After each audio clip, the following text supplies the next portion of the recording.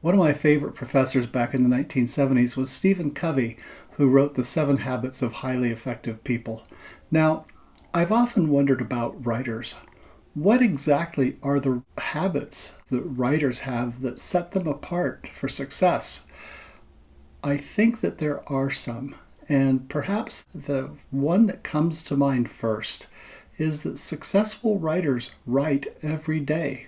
Okay? They don't give themselves permission to not write. The question then becomes, okay, what inspires you? Who is your muse? What is your muse? I think that the ancient Greeks, by even suggesting that there were muses, may have sort of doomed themselves because they basically propagated the idea that you could sit around and wait for inspiration to come. I find that that doesn't work very well, at least not for me. I have an old friend, Fred Pohl, very successful writer, and Fred used to have a saying. He said, "I only write when the muse hits me. Fortunately, she appears promptly at 9 o'clock in the morning every morning."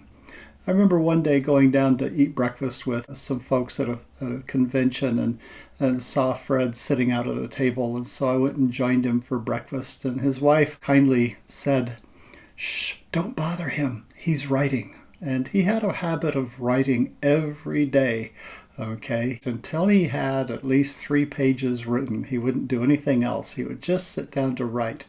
And once he had that done, then he could talk. That's one of the secrets. Don't allow yourself to be distracted by other people.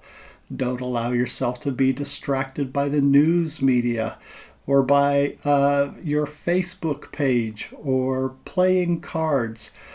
One of my friends, Dr. Jerry Purnell, put it this way once. He said, "The desire to write comes from silence. It comes from the fact that we need to communicate as human beings. And if you separate yourself from communication, if you get away from all the distractions, the voices of your characters will tend to rise up in your mind and allow you to begin writing." And I think that that's pretty much true. I don't believe in waiting for the muse, okay? The muse is out there, and you have to go, and at least I have to go, and hunt her down. That means finding out where she's hiding, dragging her from her lair, kicking and screaming, and bringing her back home, okay?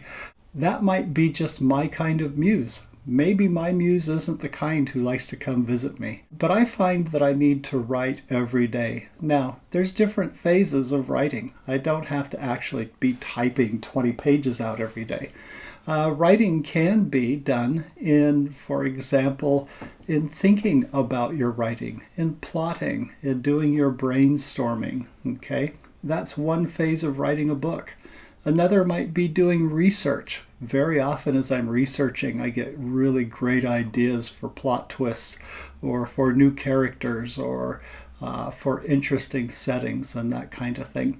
I can do it by thinking about writing, and that can happen anywhere. It can happen while you're driving on a long drive or while you're exercising at the gym or while you're doing your grocery shopping or washing some dishes.